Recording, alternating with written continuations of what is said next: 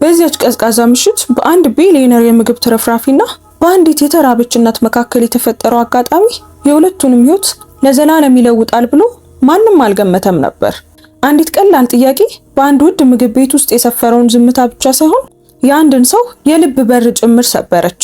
በአንድ በኩል በቢሊዮን የሚቆጠር ሀብት፣ በሌላ በኩል ደግሞ ለልጇ አንዲት ማንኪያ ምግብ የምትለምን እናት፣ በመኪና ውስጥ የምትኖር እናትና በፎቅ ላይ የሚኖር ቢሊየነር። እጣ ፋንታ እነዚህን ሁለት ሰዎች ባልተጠበቀ መንገድ አገናኛቸው። ይህቺ ድሃ እናት ልጇ እንዳይራብ ክብሯን አሳልፋ ሳትሰጥ በቢሊየነሩ ፊት ያደረገችው ድርጊት በከተማዋ መነጋገሪያ ይሆናል ብላ በፍጹም አልገመተችም ነበር። አንዳንድ ጊዜ ትልቁን የህይወት ትምህርት የምናገኘው ከማናውቀው ሰው በሚመጣ ለስላሳ ሹክሹክታ ነው። ይህ ታሪክ በአንድ ምሽት የተቀየረን የሁለት ቤተሰቦች እጣ ፋንታ ይተርካል። በመጨረሻም እውነቱን ስታውቁ በእርግጠኝነት ትገረማላችሁ። እስከ መጨረሻው ተከታተሉት። ሰላም ውድ ቤተሰቦቻችን እንደምን አላችሁ? ታሪኩን ከመጀመራችን በፊት እስኪ ይሄንን ልብ አንጠልጣይ ታሪክ ከየትኛው የዓለም ክፍል ሆናችሁ እንደምትመለከቱት ኮሜንት ላይ ጻፉልን። ታሪኩን ብዙ ሰዎች እንዲሰሙትም በደግነት ላይክ አድርጋችሁ ጀምሩት። እንደዚህ አይነት መሳጭ የሆኑ ታሪኮችን በየቀኑ የምናቀርብበትን የዩቲዩብ ቻናላችንን እስካሁን ሰብስክራይብ ካላደረጋችሁ አሁኑኑ ሰብስክራይብ በማድረግ ቤተሰባችንን ተቀላቀሉ። አሁን ወደ ታሪካችን እንመለስ። ጌታዬ የተረፉትን ምግብ ማግኘት እችላለሁ? ስትል በሹክሹክታ ጠየቀች። ገንዘብ እየለመንኩ አይደለም አለች። ለሱ የሚሆን ምግብ ብቻ። ቢሊየነሩ ቀና ብሎ ሲመለከት በክንዷ የታቀፈችውን ሕፃን አየ። በዚያ ቅስፈት ሙሉ ዓለሙ ተቀየረ። ምግብ ቤቱ ልክ እንደ ሁል ጊዜው የረቡዕ ምሽቶች ጸጥ ያለ ነበር። ጥግ ላይ ካለው ፒያኖ የሚወጣው ለስላሳ ሙዚቃ ከሹኪያና ማንኪያ ድምጽ እንዲሁም በውብ ጠረጴዞች ዙሪያ ካሉ ዝቅተኛ የሹክሹክታ ድምጾች ጋር ይደባለቃል። ወርቃማ ቻንዲለሮች ከጣሪያው ተንጠልጥለው ሞቅ ያለ ብርሃን ይፈነጥቃሉ። ይህ ሁሉንም ነገር ፍጹም እንዲመስል አድርጎታል። ነገር ግን ዴቪድ ቶምሰን ፍጹምነት አልተሰማውም። በመስኮቱ አቅራቢያ በሚገኘውና ትኩስ አበቦች ካሉበት በስተጀርባ ዘውትር በሚቀመጥበት ጠረጴዛው ላይ ተቀምጧል። ከፊት ለፊቱ ያለው ወንበር በአንድ ወቅት የሚስቱ የነበረ ቢሆንም አሁን ግን ላለፉት 4 ዓመታት እንደነበረው ባዶ ነበር። ከፊቱ ያለውን ያልተነካ ምግብ በትኩረት ተመለከተው። ስቴክ፣ የተፈጨ ድንችና የተጠበሱ አትክልቶች። ሽታው ሊያስርበው ይገባ ነበር። ነገር ግን ያደረገው ነገር ቢኖር አሁን ያለው ነገር ሁሉ ምን ያህል ባዶ እንደሆነ ማስታወስ ብቻ ነበር። የወይን ብርጭቆን አንስቶ በውስጡ ያለውን ቀይ ወይን አሽከረከረው። ብርሃኑ ያንጸባርቃል፣ ትንሽ ይወዛወዛል። ነገር ግን አሁንም ምንም ግድ አልነበረውም። በእነዚህ ቀናት ሁሉም ነገር ትርጉም አልነበራቸውም። ዴቪድ ቶምሰን ሰዎች ስለሱ የሚያወሩለት አይነት ሰው ነበር። ቢሊየነር፣ የቴክኖሎጂ ሊቅ፣ በመጽሔቶች ላይ የሚወጣ፣ በጉባኤዎች ላይ እንግዳ ተናጋሪ የሚሆን።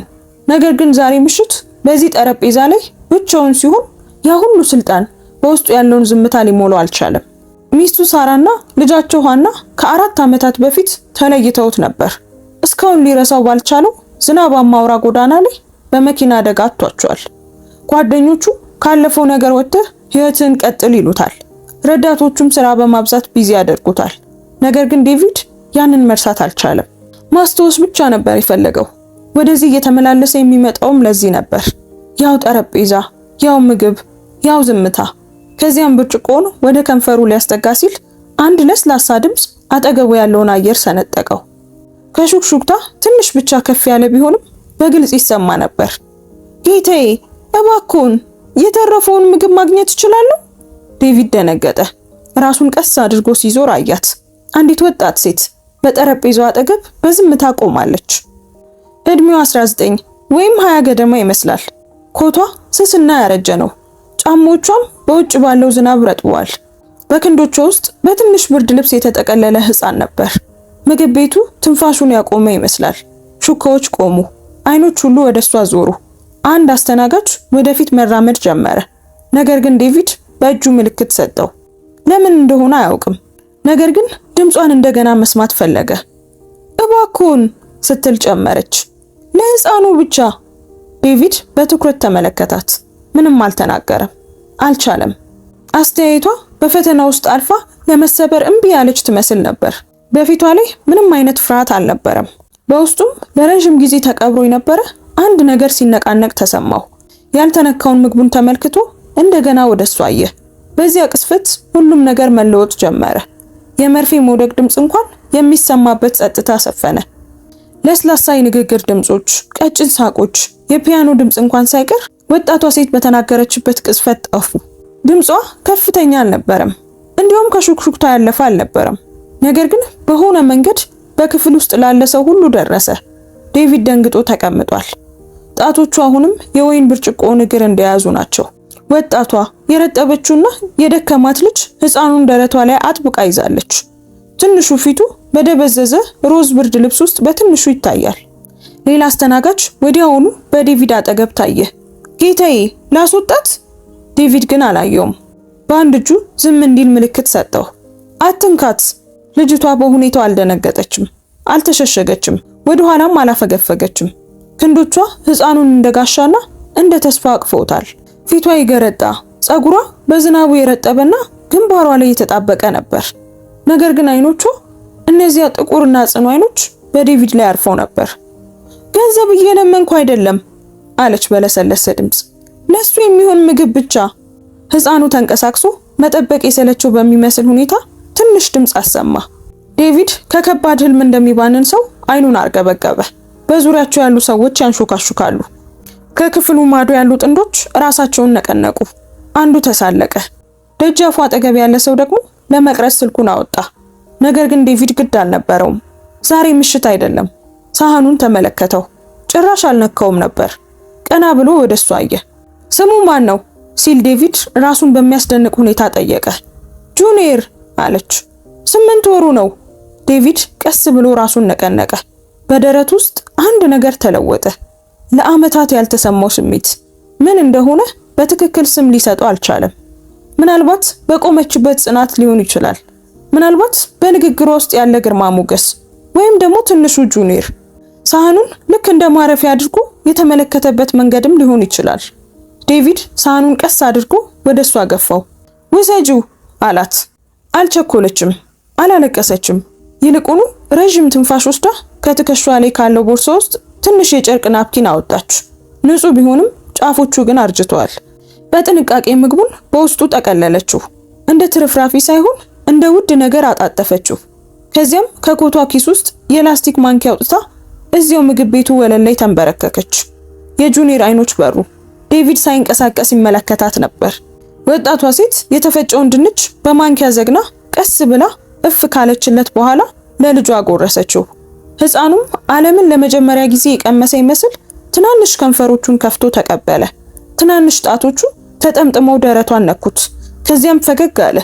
ያ ሰፊና ሞቅ ያለ የሕፃን ፈገግታ የዴቪድን ጉሮሮ እንዲታፈን አደረገው። የተሰማው ርህራሄ አልነበረም፣ መገረም ነበር። እሷ እየለመነች አልነበረም፣ ይልቁኑ ልጇን እየመገበች ነበር። ይህም በዚያ ክፍል ውስጥ ካሉት አብዛኞቹ ሰዎች ይልቅ በታላቅ ጨዋነትና ክብር እያደረገችው ነበር። የሰዎች ሹክሹክታና ትችት በክፍል ውስጥ ቢሞላም ዴቪድ በደረቱ ውስጥ ሌላ ነገር ሲነሳ ተሰማው። አክብሮት። ዴቪድ አይኖቹን ከሷ ላይ መንቀል አልቻለም። ልጅቷ እንደገና አልተናገረችም፣ ተጨማሪም አልጠየቀችም፣ አላብራራችም። ትኩረቷ በክንዷ ያለውን ሕፃን በዝምታና በትዕግስት መመገብ ላይ ብቻ ነበር። ጁኒየር በየማንኪያው መካከል ደስ የሚል ድምፅ ያሰማል። ትናንሽ እግሮቹንም በብርድ ልብሱ መሃል ያንቀሳቅሳል። የተፈጨው ድንች ሞቅ ያለ ነበር። እያንዳንዱ ጉርሻም በሕፃኑ ፊት ላይ ሰላምን ሲያመጣ ይታይ ነበር። በከተማ ውስጥ በጣም ውድ በሆነው ምግብ ቤት ውስጥ የገባችው ይህች ወጣት ሴት አንዴም ዙሪያዋን አልተመለከተችም። ማን እንደሚመለከታት ወይም እንዴት እንደሚፈርዱባት አላየችም። አይኖቿ በልጇ ላይ ብቻ ነበሩ። ዴቪድ ሌላ ነገር ተረዳ። አላፈረችም። ኮቷ በትከሻ አካባቢ ረጥቧል። ስፌቱም ተቀዷል። ጫሞቿ ወደ ግራጫነት የተቀየሩ ነጭ ስኒከሮች ናቸው። ጫፋቸው ላይ ተቀደዋል። ጣቶቿ በቅዝቃዜው ቀልተው ነበር። ነገር ግን ጀርባዋ ቀጥ ያለ ነበር። ራሷን ቀና አድርጋ ይዛለች። በውስጧ ሊገዛ የማይችል አይነት ጥንካሬ ነበር። በዚያ ክፍል ውስጥ ከነበሩት ሀብታሞች አንዳቸው እንኳን ያንን የመሰለ ክብር አልነበራቸውም። ጁኒየር ሲጠግብ አቆመች። ምግቡን ለራሷ አላስቀረችም። ይልቁኑ ናፕኪኑን በጥንቃቄ አጣጥፋ ወደ ቦርሳዋ ከተተችው። እጆቿ ጥንቃቄ የተሞላባቸው ነበሩ። ዴቪድ የሕፃኑን ብርድ ልብስ አጥብቃ ስታለብስለትና ግንባሩን በአውራ ጣቷ ስትዳስሰው አስተዋለ። በጆሮ የሆነ ነገር አንሾካሾከችለት። ማንም ሊሰማው የማይችለው ቃላት። ከዚያም ቆመች፣ ዴቪድን ተመለከተችው። ለመጀመሪያ ጊዜ አይን ላይን ተገናኙ። ድምጿ ለስላሳ ነበር። አመሰግናለሁ አለች፣ እንዲህ ለይስሙላ ሳይሆን ከውስጥ በመነጨ ስሜት፣ ትርጉም ያለው ምስጋና፣ ከምግብ በላይ የሆነን ነገር ያረጋገጠ ምስጋና። አልቆየችም፣ አይኗንም ዝቅ አላረገችም። ይልቁኑ ዞር ብላ ራሷን ቀና አድርጋ ሕፃኑን ደረቷ ላይ አቅፋ ቀስ ብላ ወደ በሩ ተራመደች። አልቸኮለችም። ዓለም ጨካኝ እንደሆነች የምታውቅ ቢሆንም እሷ ግን እንዲሰብራት ያልፈቀደች ሰው እርምጃ። ማንም አላቆማትም፣ ማንም አልደፈረም። ዴቪድ የመስታወት በሮቹ እስኪዘጉ ድረስ ተመለከታት። ለረጅም ጊዜ አልተንቀሳቀሰም። በጠረጴዛው ላይ ያለው ሻማ አሁንም ይርገበገባል። የወይን ብርጭቆ እንደተቀመጠ ነው። ከፊት ለፊቱ ባለው ወንበር ላይ ያለፈው ትዝታ ትንሽ የቀለለ መሰለው። አስተናጋጁ እንደገና ቀረበ። ጌቴ፣ ሌላ ምግብ ላምጣ? ዴቪድ ራሱን ነቀነቀ። አይ አለው። እሷ ከኔ በላይ ትፈልገው ነበር። እናም ከዓመታት በኋላ ለመጀመሪያ ጊዜ ከልቡ ተናገረ። በውጭ ያለው አየር ቀዝቃዛና እርጥብ ነበር። በጎዳና መብራቶች ስር ዝናቡ መሬቱን ብርማ አስመስሎታል። ዴቪድ መኪና ውስጥ ተቀምጧል። ሞተሩ እየሰራ ነው። ከምግብ ቤቱ ትይዩ ቆሟል። እንዴት ወጥቶ እንደመጣ አያስታውስም። አይምሮ ከማሰቡ በፊት ሰውነቱ ተንቀሳቅሶ ነበር። ለምን እዚያ እንደቆመም እርግጠኛ አልነበረም። ምናልባት ለማወቅ ጓጉቶ፣ ምናልባት የጥፋተኝነት ስሜት ተሰምቶት፣ ምናልባት ለዓመታት ያልተሰማው ሌላ አይነት ስሜት ተሰምቶት፣ የማያውቀውና የሚያስጨንቅ ነገር። ከዚያም እንደገና አያት። ልጅቷን አያት። ወደ አውቶቡስ ማቆሚያ አልሄደችም ወይም ታክሲ አልጠራችም። ይልቁኑ በጎን መንገድ በዝናብ ውስጥ በፍጥነት ተራመደች። ዴቪድ ጥቂት ሰኮንዶችን ጠብቆ መብራቱን አጥፍቶ ቀስ ብሎ ተከተላት። 2 ብሎክ ተጉዛ አንድ አሮጌ ግቢ ውስጥ ገባች። የተተወ ይመስላል። ኮንክሪቱ ተሰነጣጥቋል። የዛጉ መኪኖች በጨለማ ውስጥ እንደ መናፍስት ቆመዋል። በመካከላቸው አልፋ ጥግ ላይ ወዳለች ሰማያዊ መኪና ደረሰች። ዴቪድ ምን እያየ እንደሆነ ለመረዳት ጥቂት ጊዜ ወሰደበት። ቤት። መኪናው አሮጌና የተደበደበ ነበር። የኋላ መስኮቱ በፎጣ ተሸፍኗል። የኋላ በሩን ከፍታ ሕፃኑን አቅፋ ገባች። ትንሽ የፀሐይ ብርሃን ፋኖስ በራች። ትንሽ የፋኖስ መብራት ታየ። ዴቪድ ከመንገዱ ማዶ ቆሞ ሞተሩን አጥፍቶ መሪውን እንደጨበጠ ቀረ። በመስታወት ውስጥ ሊያያቸው ይችላል። ቀጥ ብላ ተቀምጣለች። ጀርባዋን በታጠፈ ኮት ደግፋለች። ጁኒር በጭኗ ላይ ተኝቷል። ከዚያም መዘመር ጀመረች። ድምጿ ከፍ ያለ አልነበረም፣ ነገር ግን ዜማውን አወቀው። አንተ የኔ ፀሐይ ነህ፣ ፀሐዬ ፀሐዬ። ሕፃኑ ተንቀሳቅሶ የደስታ ድምፅ አሰማ። ከዚያም ያ ፈገግታ፣ ያ በምግብ ቤቱ ያየው ሰፊና ንጹህ ፈገግታ ታየ። የዴቪድ ልብ ተነካ። በጭንቀት አይደለም። ይህች ሴት ምጽዋት የምትለምን አይደለችም። በአንድ ጉርሻ ህይወትን ለማቆየት የምትታገል እናት ናት። ዓለምን አልጠየቀችም። አንድ ጊዜ ብቻ ነበር የፈለገችው፣ ልጇ የሚጠግብበትና ሰላም የሚያገኝበትን አንድ ጊዜ። ጁኒየርን ቀስ አድርጋ ስታስተኛው ተመለከተ። ዴቪድ ለዓመታት ለመጀመሪያ ጊዜ ትንፋሹን ውጦ በጣም ለማወቅ የጓጓውን ነገር እየተመለከተ ነበር። ያ ትንሽ ፈገግታ በውስጡ የሆነን ነገር ሰበረ። ለረጅም ጊዜ ፍቅርን ቀብሮት ነበር። ነገር ግን ዛሬ ምሽት በዚህ አሮጌ መኪና ውስጥ የታየው የህፃን ልጅ ፈገግታ የልቡን በር ከፈተው። ከዚያ በኋላ ግን ምንም ነገር እንደቀድሞ አይሆንም። ዴቪድ ያንን ምሽት አልተኛም። በቤቱ ሆኖ የከተማውን ብርሃን እየተመለከተ ለዓመታት ተሰምቶት የማያውቀውን እረፍት ማጣት ተሰማው። የህፃኑ ፈገግታ፣ ምግቧን የጠቀለለችበት መንገድ፣ በጨለማ ውስጥ የዘመረችው ዜማ በአይምሮ ይመላለሳሉ። ፀሐዬ ፀሐዬ አንተ የኔ ፀሐይ ፀሐዬ። ሌሊት በ9 ሰዓት ገደማ ተነስቶ በመስኮት ላይ ቆመ። ለዓመታት ደህና እንደሆነ ለራሱ አሳምኖ ነበር። ሁሉም ነገር እንዳለው አስቧል። ነገር ግን ያንን ምሽት የምታካፍለው ሰው ከሌለ ሀብት ምንም እንደማይጠቅም ተረዳ። በማግስቱ ጠዋት ዴቪድ ወደ ግቢው ተመለሰ። መኪናውን አርቆ አቁሞ ይመለከት ነበር። መኪናው አሁንም እዚያው አለች። ቅዝቃዜው በጣም ከባድ ነበር። ከጠዋቱ 1 ሰዓት ላይ የመኪናው በር ተከፈተ። ጁኒየርን አቅፋ ወጣች። ከዚያም የህፃኑን ዳይፐር ቀየረች። ፊቷ የደከመ ቢሆንም ለህፃኑ ታንሾካሹካለች፣ ትስመዋለች። ከዚያም የማጽጃ ዕቃዎቿን ይዛ መራመድ ጀመረች። ዴቪድ እንደገና ተከተላት። ጥቂት ብሎክ ራቅ ብሎ ወደሚገኝ ካፌ ሄዳ የመስታወት መስኮቶችን ማጽዳት ጀመረች። አንድ ሰው መጥቶ ቁርስና ጥቂት ሳንቲሞችን ሰጣት። በምስጋና ተቀብላ መንገድ ዳር ተቀመጠችና ምግቡን ለሁለት ከፈለችው። ግማሹን ለራሷ ግማሹን ደግሞ ለጁኒየር። ዴቪድ በመኪናው ውስጥ ሆኖ ሁኔታውን ተመለከተ። የምትኖረው በዚህ ነበር። አንድ ደግ ሰው፣ አንድ ትርፍራፊ፣ አንድ አጋጣሚ። ሆኖም ግን አታማርርም፣ የተሸነፈችም አትመስልም። ልጇ ምግብና ሙቀት እስካገኘ ድረስ መቀጠል እንደምትችል የምታምን ትመስላለች። ዴቪድ ቢሊዮን ዶላር የሚያንቀሳቅሱ ነጋዴዎችን አይቷል። ነገር ግን እንደሷ ያለ ጽናት ያላቸው ሰዎች ጥቂት ናቸው። ዴቪድ ውሳኔ ወሰነ። እሷ እርዳታ ባትጠይቅም እሱ ግን ሊረዳት ወሰነ። ነገር ግን በራሷ መንገድ፣ በክብር እና ሁልጊዜም ለሕፃኑ ቅድሚያ በመስጠት። ዴቪድ እስከ ቀኑ መጨረሻ ድረስ ጠበቀ። ወደ ግቢው የተመለሰችው ፀሐይ ልትጠልቅ አካባቢ ነበር። ያንን የላስቲክ ገንዳ ይዛለች። አሁን ኮቷ በጭጋግ ረጥቧል። ትከሻዎቿም ከበፊቱ የበለጠ በግልጽ የከበዱ ይመስላሉ። ጁኒየር ደረቷ ላይ ተኝቷል። ትንሿ እጁ የሻርፑን ክር አጥብቆ ይዟል። ዴቪድ ሁለት መኪና ፈንጠር ብሎ አቆመና ቀስ ብሎ ወረደ። ሊያስደነግጣት አልፈለገም። የመኪናውን በር ስትከፍት ቆም አለች። ሳታየው በፊት መኖሩ ተሰማት። ጀርባዋ ትንሽ ቀጥ አለ። ሕፃኑን የያዘችበት እጅ ጠበቅ አለ። ላስቸግርሽ አልመጣውም አለ ዴቪድ በለሰለሰ ድምፅ። ወይም ምንም ነገር ለመውሰድ አልመጣውም። ዞር አለች። አይኖቿ ጥንቃቄ የተሞላባቸው ግን ረጋ ያሉ ነበሩ። ለመናገር ፈልጌ ብቻ ነው ሲል ጨመረ። ለጥቂት ሰኮንዶች በመካከላቸው ያለው አየር ጸጥ ያለ ቀዝቃዛ ሆነ። ከዚያም በትንሹ ራሷን ነቀነቀችና በመኪናው በር ጠርዝ ላይ ተደገፈች። ሕፃኑን በክንዶቿ መካከል አስተካከለች። ትናንት ማታ ተከትለኸኛል። እሱም አልካደም። አሁን ለምንድን የተከተልከኝ? ዴቪድ ትንፋሽ ወሰደ። ምክንያቱም የተፈጨውን ድንች ከበላ በኋላ ሕፃኑ ፈገግ ያለበትን መንገድ መርሳት ስላልቻልኩ ነው። ንግግሩ አይኗን በፍጥነት እንድታርገበግብ አደረጋት።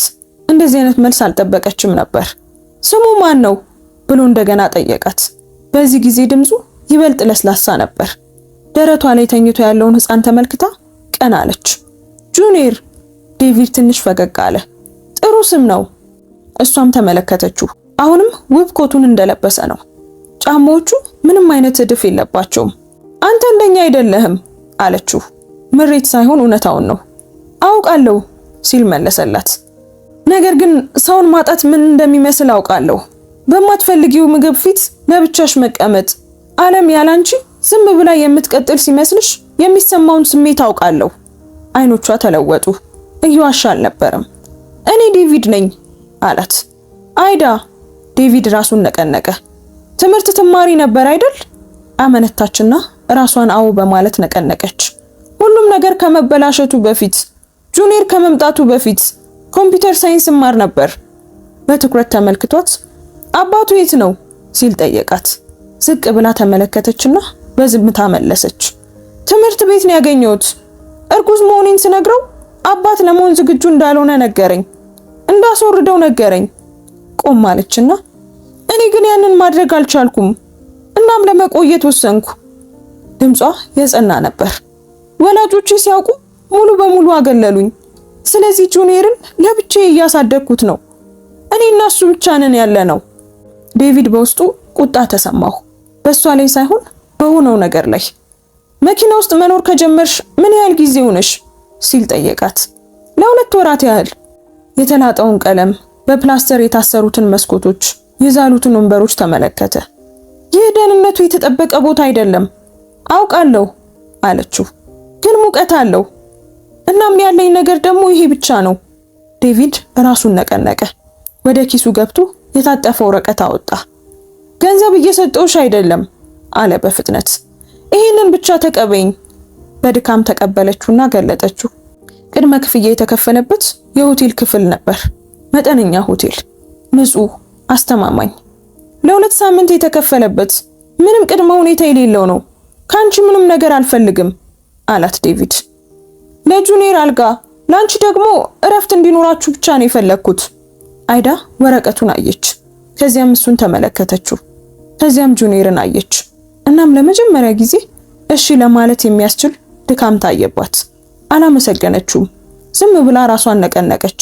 ድምጿ ከሹክሹክታ ያልዘለለ ነበር። እሺ። ሆቴሉ ያን ያህል ዘመናዊ አልነበረም። ከሱቆች ጀርባ ያለ ባለ 2 ፎቅ ህንጻ ነው። ደብዘዝ ያለ ቀይ ምልክት ያለውና ጋዜጣ ከሚያነብ ሰው በስተቀር ማንም የሌለበት።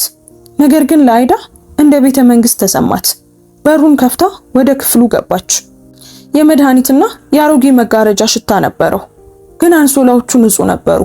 ማሞቂያውም ይሰራል። አልጋው ላይ ስታስተኛው ጁኒየር የድካም ድምፅ አሰማ።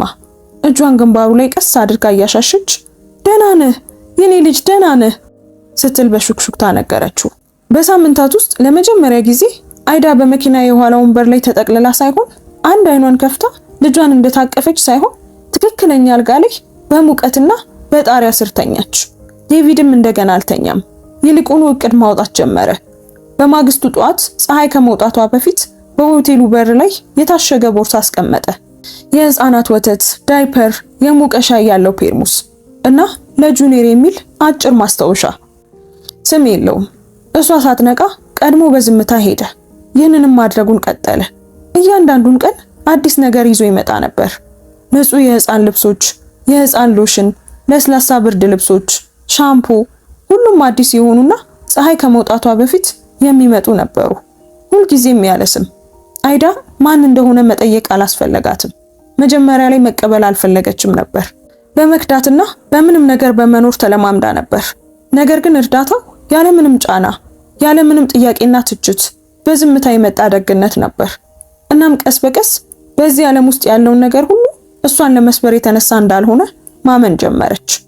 ዴቪድ መቼም ቢሆን በሩን አንኳኩቶ አያውቅም፣ አይደውልም፣ እሷን ለማየትም ጠይቆ አያውቅም። በቀላሉ በትንንሽ ተግባራት የሚሰማውን ነገር ይገልጽ ነበር። ወጥ፣ ዝምተኛና አሳቢ ነበር። ቢሊዮን ዶላር የሚያወጡ ኩባንያዎችን የገነባው ለዝርዝር ነገሮች ትኩረት በመስጠት ነበር። አሁንም ያንኑ ትኩረት ሁለት የማያውቃቸውን ሰዎች ለመንከባከብ እየተጠቀመበት ነው። በአንድ ጠርሙስ፣ በአንድ ማንኪያ፣ በአንድ ብርድ ልብስ። ለረዳቱ፣ ለቦርዱ አባላት ወይም ለጓደኞቹም አልነገረም። ይህ ስለሱ አልነበረም፣ ስለ ህፃኑ ነው። ልቡን ስለሰበረው በዚያ ምግብ ቤት ውስጥ ስለነበረው ቅስፈት ነው። ምንም ሳይጠይቅ ልጇን ለመመገብ እድል ብቻ ስለፈለገችውና ኩራት ስላላት ወጣት ሴት ነው። እውነቱ ግን ይህ ከማንኛውም ስምምነት፣ ዜና ወይም ሽልማት በላይ ሰላም ሰጠው። ቀኑ እንደ ማንኛውም ቀን ጀመረ። አይዳ ቀድማ ተነሳች። ጁኒየርን በሆቴሉ የሞቀ ውሃ አጠበችው። በበሩ አቅራቢያ ከነበረው ቦርሳ ውስጥ ወተት አጠጣችውና ጉንጩን ሳመችው። ፀሐይ በመጋረጃ ውስጥ አልፋ በአልጋው ላይ የወርቅ መስመሮችን ዘረጋለች። ጁኒየር በዚያ ጠዋት ትንሽ ይነጫነጭ ነበር። ነገር ግን አይዳ ያን ያህል አላሳሰባትም። ህፃናት እንደዚህ የሚሆኑበት ቀን እንዳላቸው ታውቃለች። ያ ቀን ዛሬ ነው ብላ ራሷን አሳመነች። ጠቅለል አድርጋው ወደምትሰራበት ልብስ ማጠቢያ ሄደች። እዚያም ማጽዳት፣ ማጠፍና ማንኛውንም አይነት ክፍያ የሚያስገኝ ስራ ትሰራ ነበር። ከሰዓት በኋላ ጁኒየር መሳቁን አቆመ። በሆቴሉ ማይክሮዌቭ ያሞቀችለትን ካሮት አልበላም። ቀን አድርጋ ስትይዘው ያለቅሳል። ግንባሩም በጣም ሞቃት ነበር። አይዳ እንደገና አየችው። አሁንም ያቃጥላል። ፍርሃት ወረራት። ፎጣውን በቀዝቃዛ ውሃ ነክራ ግንባሩ ላይ ያደረገችለት። ቀስ ብላ እያዜመችለት ለማረጋጋት ሞከረች። አወዛወዘችው፣ አንሾካሾከችለት፣ አቅፋ ያዘችው። ነገር ግን ምሽት 3 ሰዓት ሲሆን ንቃቱ እየጠፋ፣ አይኖቹ እየፈዘዙ፣ አተነፋፈሱ እየፈጠነ መጣ።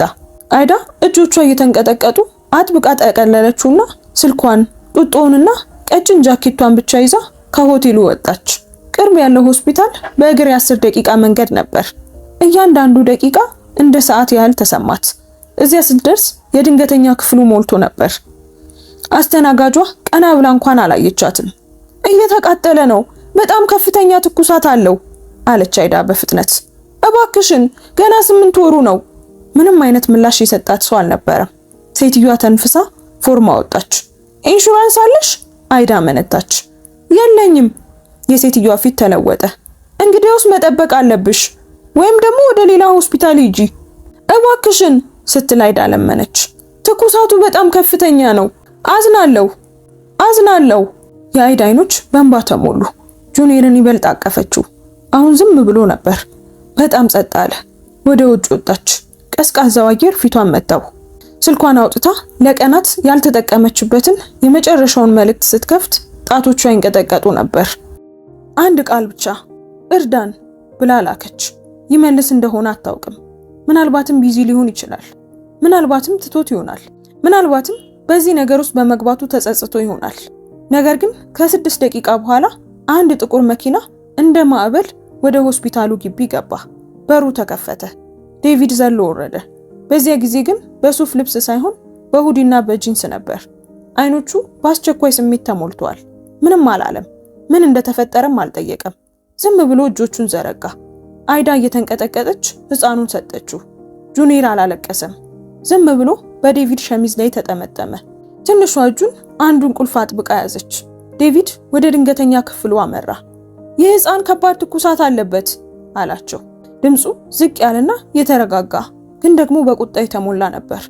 አሁኑኑ እርዱት፣ ሁሉንም ነገር እከፍላለሁ። እዚህ አንድ ሰው እንኳን ለአንዲት ሰከንድ ቢዘገይ ሁሉንም ሰው አባርራለሁ። እናም ወዲያውኑ ክፍሉ መረበሽ ጀመረ። ዶክተሮች እየሮጡ መጡ። ነርሶቹ መሳሪያቸውን አወጡ። ጁኒየር ወደ ውስጥ ተወሰደ። አይዳ ወንበር ላይ ተዝለፈለፈች። ዴቪድ አጠገቧ ተቀምጦ ነበር። ለመጀመሪያ ጊዜ እንድታለቅስ ፈቀደላት። እሱ ግን አንዲትም ቃል አልተናገረም። ዝም ብሎ አጠገቧ ቆየ። የጥበቃ ክፍሉ መብራቶች በጣም ደማቅና ነጭ ነበሩ። መንበሮቹ ጠንካራ፣ ዝምታው ደግሞ ከፍተኛ። አይዳ ራሷን በእጆቿ ደግፋ ተቀመጠች። ጉንጮቿ አሁንም ረጥበዋል። ጃኬቷ አጠገቧ ወለል ላይ ወድቋል። አላስተዋለችውም። ዴቪድ አጠገቧ ተቀምጧል። ስልኩን አይነካም። ዝም ብሎ ቁጭ ብሏል። እዚያ መኖሩን እንድታውቅ ተጠግቶ ተቀመጠ። ይህ መልስ የሚፈልግ ዝምታ አልነበረም። እዚህ ነኝ፣ የፈለግሽውን ያህል ጊዜ ውሰጂ የሚል አይነት ነበር። ከሰዓታት በኋላ አንዲት ነርስ አዲስ መረጃ ይዛ መጣች። ጁኒየር ደህና ነው አለች። ትኩሳቱ ወርዷል። ክትትል እናደርግለታለን፣ ደህና ይሆናል። አይዳም በረዥሙ ተነፈሰች። ትንፋሿን ይዛው እንደነበር እንኳን አላወቀች። በግድግዳው ላይ ተደገፈች። ደክማለች። ዴቪድ ተመለከታት። የምትደውይለት ሰው አለ? ራሷን ነቀነቀች። ማንም የለም። አንተ ግን በፍጥነት መጣ ስትል ጠየቀችው። አሁን መጥቻለሁ። አይዳ ቀስ ብላ ወደሱ ዞረች። ፊቷ ገርጥቷል። አይኖቿ በለቅሶ ብዛት አብጠዋል።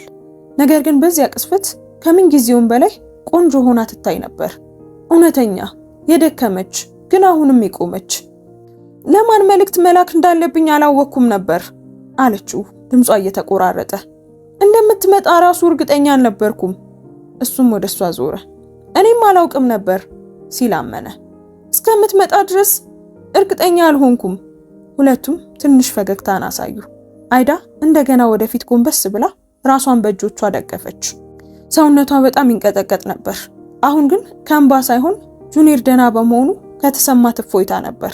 ዴቪድ ቀስ ብሎ እጁን ጀርባዋ ላይ አደረገ። አልራቀችውም። ይልቁኑ ወደሱ ዞራ ደረቱ ላይ ተጠጋች። አልተናገረችም። ይቅርታም አልጠየቀችውም።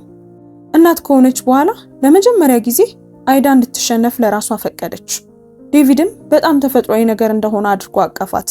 ተረጋጊ፣ ደህና ይሆናል አላላትም። ዝም ብሎ እንድታለቅስ፣ እንድትናወጥ፣ እንድትተነፍስ ፈቀደላት። እናም በዚያ ምሽት በሱ ደረት ላይ ባለው የልብ ምቷና በሱ የልብ ምት መካከል የሆነ ነገር ተቀየረ። የፍቅር ግንኙነት አልነበረም። ማዳን ብቻም አልነበረም። የሆነ አይነት ትስስር፣ በተለያዩ መንገዶች የተሰበሩ ሁለት ሰዎች፣ አንዳቸው በሌላው ዘንድ ብርቅ የሆነ ሰላም ሲያገኙ። በውጪ ሌሊቱ እየጠነከረ መጣ። በውስጥ ግን የሆነ አዲስ ነገር ስር መስደድ ጀምሮ ነበር። ፎቶ ከ24 ሰዓት ባነሰ ጊዜ ውስጥ በኢንተርኔት ላይ ተሰራጨ። በሆስፒታል ጥበቃ ክፍል ውስጥ በድብቅ የተቀረጸ ግልጽ ያልሆነ ፎቶ ነበር። ፎቶ ዴቪድ ቶምሰንን በግልጽ ያሳያል። አሁን ቢሊየነሩ ዴቪድ ቶምሰን ከሌሊቱ 6 ሰዓት ላይ አንዲት ሴትን አቅፎ የሚያሳይ ፎቶ። ኮቷ ወንበር ላይ ተቀምጧል። አይኖቿ በእንባ ቀልተው ደክማለች። ነገር ግን በዚያች ቅስፈት እሷን ካቀፈበት መንገድ ሌላ ምንም ነገር አስፈላጊ አይመስልም ነበር። ጽሑፉ እንደዚህ ይላል። የቴክኖሎጂ ባለሀብት የሌሊት ሚስጥሮች። ይህቺ ሴት ማናት? እንደ ሰደድ እሳት ተሰራጨ። ብሎጎች ዘገቡት። የሐሜት ገጾች ይዘውት ሮጡ። የጠዋት የቴሌቪዥን ፕሮግራሞች በታዋቂ ሰዎች ዜና መካከል ፎቶውን አሳዩት። ማንም እውነቱን አለማወቁ ግድ አልነበረውም። ኢንተርኔቱ ዜናውን ተርቦ ነበር። ሰዎች ዝም ብለው ይገምታሉ። ለአንድ ነጠላ እናት ፍቅረኛ ሆኗል። ይህ እሷ አቅዳው ነበር። የታወቀች ሀብታም አዳኝ ናት። እዩዋት፣ ለልጇ እንዲህ ያለን እንክብካቤ የምትነፍግ ማን ናት? በመጨረሻም የሞተችውን ሚስቱን ረሳ፣ አጠመደችው። ተጎጂ መስሎ መታየት ትችልበታለች። አይዳ አስተያየቶቹን በዝምታ አነበበች። በሆቴል አልጋው ጫፍ ላይ ተቀመጠች። ጁኒየር ባጠገቧ በሰላም ተኝቷል። የስልኳ ስክሪን በጨለማ ውስጥ ያበራል። እያንዳንዱ ፖስት፣ እያንዳንዱ ርዕስ ከቀደመው ይልቅ ይበልጥ ጨካኝ ነበር። ማንበቧን ለማቆም ሞከረች፣ ነገር ግን ልክ ወደ ጉድጓድ ውስጥ የመግባት ያህል ነበር። እጆቿ ተንቀጠቀጡ፣ ጉሮሮዋ ታነቀ። ስክሪኑን አጥፍታ ለረጅም ጊዜ ዝም ብላ ተቀመጠች። ያ መርዛማ ብርሃን ልጇን እንኳን እንዳይነካው ፈርታ ነበር።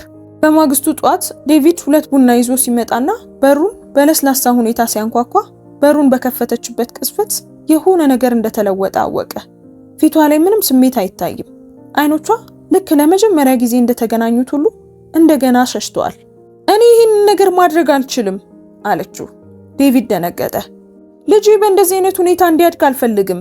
ውሸቶችን እያየ አንድ ቀን እውነት ይሆኑ እያለ እንዲጠራጠር አልፈልግም።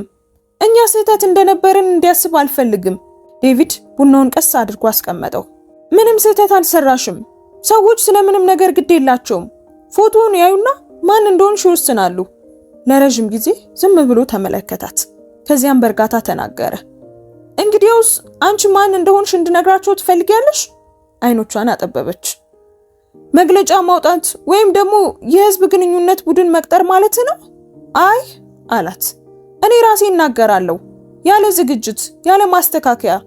አይዳ አይኗን አርገበገበች። በቴሌቪዥን? ዴቪድ ራሱን ነቀነቀ። ልጅሽ ሊሞት ሲል መልእክት ለመላክ ያህል አምነሽኝ ነበር።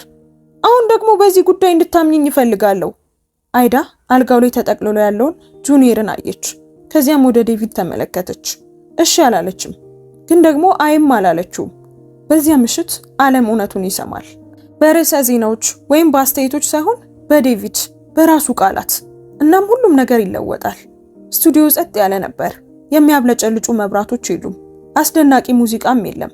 ዝም ያለና የተረጋጋ ቦታ፣ 2 ወንበሮች እና 1 ካሜራ ብቻ። ዴቪድ በቃለ መጠይቅ አቅራቢዋ ፊት ለፊት ተቀመጠ። እሷም ቃለ መጠይቆችን እውነተኛ በማድረግ የምትታወቅ መካከለኛ እድሜ ያላት ሴት ነበረች። ወሬ አናፋሽ አይደለችም። አንድ ነገር ቃል ገብታለት ነበር። እዚህ ምንም አይነት ስክሪፕት የለም፣ መቆራረጥ የለም፣ ማስተካከያም የለም፣ እውነት ብቻ። እሱም ሊሰጥ የመጣው ያንኑ ነበር። ትንፋሽ ወሰደ።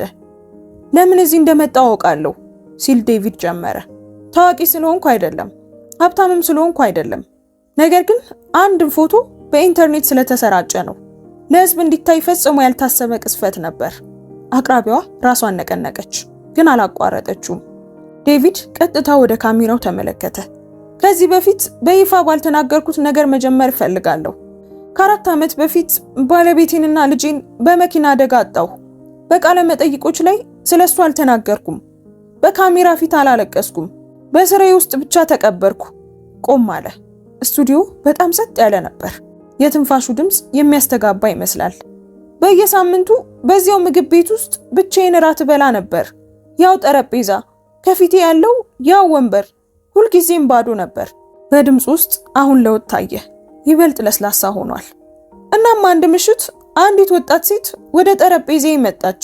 የተረፈኝን ምግብ ጠየቀችኝ። ለራሷ ሳይሆን ለልጇ ነበር። የአቅራቢዋ ፊት ረገበ። ዴቪድ ቀጠለ። አልለመነችም፣ አላለቀሰችም፣ ትርኢት ለመስራት አልሞከረችም። ዝም ብላ ጠየቀችኝ። ቆም አለና ቃላቱን ቀስ ብሎ ተናገረ። ጌታዬ፣ የተረፉትን ምግብ ማግኘት እችላለሁ? እናም በዚያ ቅስፈት አለ ዴቪድ፣ ለዓመታት ያልተሰማኝን ነገር አየሁ። በክብር ለመኖር የሚታገል ሰውን አየሁ። ለልጇ ለርህራሄ ሳይሆን፣ ለትኩረት ሳይሆን፣ ለአንዲት ማንኪያ ምግብ ብቻ። ድምፁ ተሰባበረ፣ ግን ቀጠለ። በዚያ ምሽት እሷ ከኔ አልወሰደችም። እሷ አንድ ነገር ሰጠችኝ። አሁንም ልብ እንዳለኝ አሳሰበችኝ። አሁንም ሰውን የመንከባከብ፣ የመስማት፣ ለሚፈልገኝ ሰው የመገኘት ችሎታ እንዳለኝ ያሳየችኝ። ወደፊት ተጠጋ። ስሟ አይዳ ይባላል። የልጇ ስም ደግሞ ጁኒየር ነው። እነሱ ርዕሰ ዜና አይደሉም። እነሱ ቅሌት አይደሉም። እነሱ እንደገና በህይወት እንድኖር ያደረጉ ምክንያቶቼ ናቸው። አቅራቢዋ ዝም አለች። በቁጥጥር ክፍል ውስጥ ያለው ሁሉም ሰው ዝም አለ። ኢንተርኔቱም ገና ስላልተመለከተው ምን እየመጣ እንደሆነ አላወቀም። ዴቪድ በቀላሉ ጨረሰ። እኔ አላዳንኳትም፣ እሷ ናት ያዳነችኝ። ቃለ መጠይቁ በዚያው ምሽት ሲተላለፍ ውጤቱ ወዲያውኑ ነበር። ሰዎችን ለመስበር ፈጣን የሆነ ኢንተርኔት ማዳመጥ ጀመረ። በእውነት ማዳመጥ። እናቶች ታሪካቸውን አጋሩ። ነጠላ ወላጆች ተከላከሉላት። አንድ ጊዜ የፈረዱባቸው ሰዎች አሁን ደግሞ ይቅርታ መጠየቅ ጀመሩ። ነርሶች እንደ አይዳ ያሉ ስንት ሴቶችን ትኩረት ሳያገኙ እንደሚቀሩ አስተያየት ሰጡ። ለመጠለያዎች በዝምታ እርዳታዎች ፈሰሱ። በካንሰር የምትኖር አንዲት እናት በአይዳ ስም የእርዳታ ፈንድ አቋቋመች። በዚህ ሁሉ ውስጥ አይዳ እስከ ማግስቱ ጠዋት ድረስ ዝምታን መርጣ ነበር። ዴቪድ ቢሮ እያለ በሩ ሲንኳኳ ሰማ። በሩን ከፈተች። ቆማለች። ጁኒየርን በክንዷ ይዛለች። አይኖቿ ደክመዋል፣ ግን አሁን እርግጠኛ ናቸው። እየሸሹ አይደለም አለችው። አሁንም ከፈለከን እዚህ ነው ያለነው። ዴቪድ አልተናገረም። ወደ ጎን ፈቀቅ አለ። ለመጀመሪያ ጊዜም በሩን ብቻ አይደለም የከፈተው፣ ህይወቱን ከፈተ። የሚከተሉት ቀናት ጸጥ ያሉ ሰላማዊ ነበሩ። ዴቪድ ለአይዳና ለጁኒየር በከተማ ውስጥ ረጋ ባለ ክፍል ውስጥ ትንሽ ፀሐያማ አፓርታማ ተከራየላቸው። በጣም ቅንጡ አይደለም፣ ግን ንጹህና ሞቅ ያለ ነው። ለስላሳ ግራጫ ግድግዳዎች፣ የጠዋት ብርሃንን በትክክል የሚያገኝ ትንሽ በረንዳ ያለው። 2 ቦርሳዎችንና የህፃን ማቀፊያዋን ይዛ ገባች። ነገር ግን በአንድ ሳምንት ውስጥ ቤት መሰለ። የህፃን ካልሲዎች በማሞቂያው ላይ ተሰቅለዋል። የጁኒየር ስዕሎች በፍሪጁ ላይ ተለጥፈዋል። የወተት ሽታ፣ የህፃን ሎሽንና ለስላሳ ሙዚቃ በአየር ውስጥ ይንሳፈፋሉ። ዴቪድ በየቀኑ ጠዋት ይጎበኛቸዋል። መጀመሪያ ላይ ምክንያት እየፈለገ ይመጣ ነበር። ግሮሰሪ፣ መድኃኒት፣ ከዶክተር የተገኙ መረጃዎች። ነገር ግን በጊዜ ሂደት ምክንያቶች አላስፈለጉትም። ዝም ብሎ እዚያ ለመሆን፣ ጁኒየር ሲለፈልፍ ለመስማት፣ በኩሽና ውስጥ ከአይዳ ጋር ዳቦ ለመብላት፣ አንድ ህፃን በተፈጨ ሙዝ ሊፈጥረው በሚችለው ብጥብጥ ለመሳቅ ይመጣል። ምን እንደሆኑ እስካሁን አላወሩም። ምንም አይነት ስያሜ የለም፣ የጊዜ ገደብም የለም። በቃ ዝም ብሎ መገናኘት፣ ሰላም እና በመካከላቸው ባለው ጸጥታ ውስጥ የሚያድግ ጽኑ ነገር ብቻ። ስም የሌለው ጽኑ ነገር። በምግብ ቤት ውስጥ ካለው ምሽት ጥቂት ወራት አልፈዋል። አይዳና ጁኒየር አሁን ሰላም ናቸው። ቀኖቻቸውም ረጋ ያሉ፣ ምሽቶቻቸው ጸጥ ያሉ ነበሩ። ዴቪድ አሁንም በህይወታቸው ውስጥ አለ። ገር ጽኑ፣ ሁልጊዜም የሚገኝ ነው። አይዳ ጁኒየር መራመድ፣ መውደቅና መሳቅ ሲለምድ እሷም ቀስ በቀስ ትምህርቷን መማር ጀመረች። አይዳ መጥፎ ጊዜ አልፏል ብላ ማመን ጀምራ ነበር። ነገር ግን ተሳስታ ነበር። ምክንያቱም አንድ ቀን ከሰዓት በኋላ ችግር በሩን አንኳኳ። ቃል በቃል በአፓርታማው በር ላይ ጠንካራ ማንኳኳት ተሰማ። ፈጣንና ኃይለኛ። አይዳን አስደነገጣት። ጁኒየር በመኝታ ክፍል ውስጥ ተኝቷል። ዴቪድ ከ1 ሰዓት በፊት ነበር ሄደው። እጆቿን በጨርቅ አበሰችና በሩን ቀስ አድርጋ ከፈተች። እናም እዚያ ነበር ዳግመኛ አየዋለሁ ብላ ያላሰበችው ሰው። ከምታስታውሰው ይልቅ ረጅም ነው። አሁንም ያንኑ የትዕቢት ፈገግታ ያሳያል። ግን አይኖቹ አሁን ይበልጥ ቀዝቃዛ ነበሩ እና ይበልጥ ጥልቀት ነበራቸው። አይዳ አላት፣ ምንም እንዳልተፈጠረ ሁሉ። ቆየን አይደል? መጀመሪያ መናገር አልቻለችም። ዝም ብላ ደንግጣ ቆመች። እሱ በበሩ ፍሬም ላይ ተደገፈ። በዜና ላይ አየሁሽ፣ አንቺንና ያንን ቢሊየነር ሰው በጣም ጥሩ እየኖርሽ ያለሽ ትመስያለሽ። የአይዳ ድምፅ በመጨረሻም ወጣ፣ ዝቅ ያለ ግን ጽኑ። ምን ትፈልጋለህ? ትከሻውን ሰበቀ። ልጄን ማየት እፈልጋለሁ። ልቧ ደነገጠ። አይ አለች በፍጥነት። ያንን መብት ትተወዋል። አስወርጁ ብለኸኝ ነበር፣ ጥለህን ሄደሃል። ፈገግ አለ። እሱማ ያኔ ነበር፣ አሁን ግን ሌላ ነው። እሱ የኔ ልጅ ነው። አይዳ መብት አለኝ። አይዳ ራሷን ነቀነቀች። አታውቀውም እኮ ለማወቅም ሞክረህ አታውቅም። እኛን አትፈልገንም። አሁን ግን እፈልገዋለሁ አላት። በተለይ አሁን እፈልገዋለሁ። ወደ ትልቅ ወደ ተሻለ ህይወት የተቀላቀለ ይመስላል። ዝም ብለሽ ልታጠፊኝ የምትችይ ይመስልሻል? የአይዳ እጆች ተንቀጠቀጡ። መሄድ አለብህ። እሱ ግን አልተንቀሳቀሰም። ምን ማድረግ እንዳለብኝ ልትነግሪኝ አትችይም። አባቱ ነኝ። ከዚያም ሌላ ድምፅ አየሩን ሰነጠቀው። አይደለህም። አይዳ ዞረች። ዴቪድ በመተላለፊያው መጨረሻ ላይ ቆሞ ነበር። ስልኩን ጠረጴዛው ላይ ስለረሳው ተመልሶ መጥቶ ነበር። ቀስ ብሎ ወደፊት ተራመደ። ድምፁ ዝቅ ያለ ግን ኃይለኛ ነበር። ጥላቸው ሄደሃል። ምርጫህን አድርገሃል። ሰውየው አይኑን አጠበበ። አንተ ደግሞ ማነህ? እኔ እዚህ የቆየሁት ነኝ አለ ዴቪድ። የመገብኩት፣ የታቀፍኩት፣ በታመመ ጊዜ ከጎኑ የነበርኩት ነኝ። ፈጽሞ ጥዬው ያልሄድኩት ሰው ነኝ። ሰውየው ሳቀ። ገንዘብ አባት ያደርገኛል ብለህ ታስባለህ እንዴ? ዴቪድ አልደነገጠም። አይ ገንዘብ አይደለም፣ ፍቅር ነው የሚያደርገው። ፍቅር። እኔ እወደዋለሁ። አየሩ ከባድ ነበር። አይዳ በመካከላቸው ቆማለች። ሰውነቷ በፍርሃት ርዷል። ነገር ግን ዴቪድ ቀስ ብሎ እጇን ነካት። ይህንን ነገር እኔ ያስተካክለዋለሁ አላት በለሰለሰ ድምፅ። ከዚያም ወደ ሰውየው ዞረ። ምንም አይነት ህጋዊ መብት የለህም፣ እዚህ መገኘትም አትችልም እና ማንኛውንም ነገር ለማድረግ ብትሞክር ለፍርድ ቤት ማን እንደሆንክ እንዲያውቅ አደርጋለሁ። የሰውየው ገጽታ ለመጀመሪያ ጊዜ ተለወጠ። አታስፈራራኝም። ዴቪድ ተጠጋ። ረጋ ያለ ግን ጽኑ ነበር። መፍራት አለብህ። እኔን ሳይሆን አስቀድሞ ያጣኸውን ነገር መፍራት አለብህ። ሰውየው አይዳን ለመጨረሻ ጊዜ ተመለከታት። በዚህ ጊዜ ግን የፈራች አትመስልም ነበር። ጠንካራ ትመስል ነበር። ትንፋሽ ወሰደችና ሂድ፣ ከዚህ ሂድ፣ ዳግመኛም እንዳትመጣ አለችው። ሌላ ቃል የለም። የእርምጃው ድምፅ በመተላለፊያ ውስጥ እየራቀ ሲሄድ ዝምታ ሰፈነ። ዴቪድ በሩን ቀስ አድርጎ ዘጋው። አይዳ ዝም ብላ ቆመች። ትንፋሿ ይቆራረጣል፣ እጆቿ ይንቀጠቀጣሉ። አቀፋት። ደህና ነሽ ሲል ጠየቃት። ቃል ገባልሻለሁ፣ ሁለታችሁም ደህና ትሆናላችሁ። በዚያ ምሽት ዴቪድ አንድ ውሳኔ ወሰነ። ሌላ እድል የለም፣ ያልተቋጨ ነገር የለም። በማግስቱ ጧት ከጠበቃው ጋር ተገናኘ። ጁኒየርን በህግና በይፋ እንደ ልጅ አድርጌ ማደጎ መውሰድ እፈልጋለሁ አለው። ሂደቱ ሳምንታትን ወሰደ። ፎርሞችን፣ ቃለ መጠይቆችን፣ ከማህበራዊ ሰራተኞች ጋር ስብሰባዎችን አዘጋጀ። አይዳ በእያንዳንዱ ውስጥ የዴቪድን እጅ ይዛ አብራው ተቀመጠች። እናም የመጨረሻዎቹ ወረቀቶች በፊርማና በይፋ ሲመጡ ዴቪድ ሳሎን ውስጥ መጫወቾችን በመደርደር ላይ በነበረው ጁኒየር አጠገብ ተንበረከከ።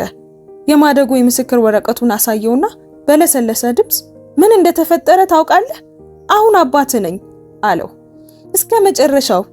ጁኒየር ቃላቶቹን አልተረዳም፣ ግን ዝም ብሎ ፈገግ አለ። ያ ሞቅ ያለ የህፃን ፈገግታ፣ ሁሉንም ነገር ያስጀመረው ያው ፈገግታ። አይዳ በኩሽና ደጃፍ ላይ ቆማለች። አይኖቿ በእንባ ተሞልተዋል። ከሀዘን ሳይሆን ከእፎይታ የተነሳ። ምንም ቢፈጠር ልጇ አሁን ፈጽሞ የለም ብላ ያሰበችው አይነት አባት እንዳገኘ አወቀች። እናም በዚህ ጊዜ ማንም ያን ሊወስዱ አይችልም። ርዕሰ ዜናዎች ወይም ፍርሃት ወይም ያለፈ ታሪኳ፣ እነሱ አሁን ቤተሰብ ናቸው። በደም ሳይሆን በአጋጣሚ በፍቅር። ያ ደግሞ ከበቂ በላይ ነበር። ከአንድ ዓመት በኋላ ህይወት ሌላ መልክ ያዘች። ድምፅ የበዛበት ሳይሆን ይበልጥ የተሞላ። ርዕሰ ዜናዎች አሁን ጠፍተዋል። ሐሜቱ ቀንሷል። ያ በቀላሉ የጣለውን ነገር ለመመለስ የሞከረው ሰው በብርሃን እንደተባረረ ጥላ ለረጅም ጊዜ ጠፋ። የቀረው ነገር ይበልጥ ዝም ያለና ይበልጥ እውነተኛ የሆነ ነገር ነበር። ህይወት፣ ቤተሰብ፣ ጅማሬ። አንድ ለስላሳ የፀሐይ ከሰዓት ነበር። በአንድ ረጋ ባለ የከተማ ፓርክ ውስጥ ትልቅ የኦክ ዛፍ ስር ጥቂት ሰዎች ተሰባስበዋል። በዚያ ካሜራ የለም፣ የሙዚቃ ቡድን የለም፣ ጥቂት የቅርብ ጓደኞች ብቻ እና አንድ ትንሽ ልጅ ሰማያዊ ልብስ ለብሶ በሁለቱም እጆቹ ትንሽ የቬልቬት ሳጥን ይዞ በሳሩ ላይ ይንገዳገዳል። ዴቪድ ከዛፉ ስር ሆኖ ይጠብቅ ነበር። ለስላሳ ግራጫ ጃኬት ለብሷል። አይዳ አንድ ጊዜ ቢሊየነር ሳይሆን ሰው እንዲመስል ያደርገዋል ያለችውን ጃኬት። በአንድ ወቅት በሐዘን ፈዘው የነበሩት አይኖቹ አሁን በሌላ ነገር ተሞልተዋል። ሰላም፣ ዓላማ፣ ብርሃን። ጁኒየር እሱ ጋር ሲደርስ ዴቪድ ተንበርክኮ ሳጥኑን ከትንንሽ እጆቹ ተቀበለ። አመሰግናለሁ ልጄ ሲል በሹክሹክታ ነገረው። ጁኒየር ስቆ ወደ አይዳ ሮጠ። እሷን በሳሩ ላይ በባዶ እግሯ ቆማ ነበር። ልብሷ ቀላል፣ ነጭ፣ ረጅምና በጣም የሚያምር ነበር። ጸጉሯ በትንንሽ የዱር አበባዎች ተያይዟል። እነዚያን አበቦች ጁኒየር በጧት እንዲለቅም ረድቶት ነበር። ነገር ግን እሷን ብሩህ ያደረጋት ልብሱ ወይም አበባው አልነበረም። አይኖቿ ነበሩ። ሕያው፣ ጽኑ፣ ሰላማዊ ነበሩ። ዴቪድ ወደ እሷ ዞረና ቀስ ብሎ በአንድ እግሩ ተንበረከከ። በዚያ ቅስፈት ዓለም የቆመች መሰለ። በገንዘብ ሊገዛ የሚችለው ሁሉ ነበረኝ አለ በለሰለሰ ድምፅ። ቤቶች፣ በቢሊዮን የሚቆጠር ኩባንያ፣ ግን አንዳቸውም በውስጥ ያለውን ባዶነት አልሞሉትም። ቆም አለ። የቅስፈቱን ክብደት በረጅሙ እየተነፈሰ ነበር። ባለቤቴን አጣሁ፣ ልጄንም አጣሁ እና ለረጅም ጊዜ የህይወት ትርጉም ጠፍቶብኝ ነበር። በህይወት ነበርኩ፣ ግን ደግሞ እየኖርኩ አልነበረም። ተመለከታት፣ የእውነት ተመለከታት። ከዚያ ግን አንቺን አገኘሁሽ። እርዳታ እየጠየቅሽ አልነበረም። ለመዳን እየሞከርሽ አልነበረም። ዝም ብለሽ ልጅሽን ለመመገብ እየሞከርሽ ነበር። ድምፁ በስሜት ተሞላ። እናም በሆነ መንገድ በዚያ ቅስፈት እኔንም መገብሽኝ። ሳጥኑን ከፈተ። በውስጡ ቀለል ያለ የወርቅ ቀለበት ነበር። አልማዝ የለም፣ ትርኢት የለም። ዝም ያለና ዘላቂ ቃል ኪዳን ብቻ። የመቆየት ምክንያት ሰጠሽኝ፣ እንደገና የመስማት ምክንያት፣ ልጅ፣ ቤተሰብ። ድምፁ በፍርሃት ሳይሆን በምስጋና ይንቀጠቀጣል። አይዳ ታገቢኛለሽ? አይኖቿ በእንባ ተሞሉ። አልጠበቀችም። ተንበርክካ አቀፈችው።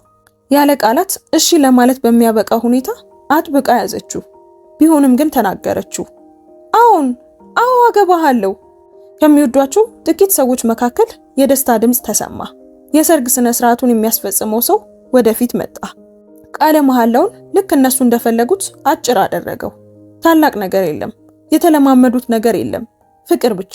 ቀለበት ሲለዋወጡ ጁኒየር መጥቶ የዴቪድን ሱሪ ጎተተ። አባዬ ብሎ ጮኸ። እጆቹን ወደ ላይ ዘርግቶ ነበር። ሰዎቹ ዝም አሉ። ዴቪድ ጎንበስ ብሎ አነሳው።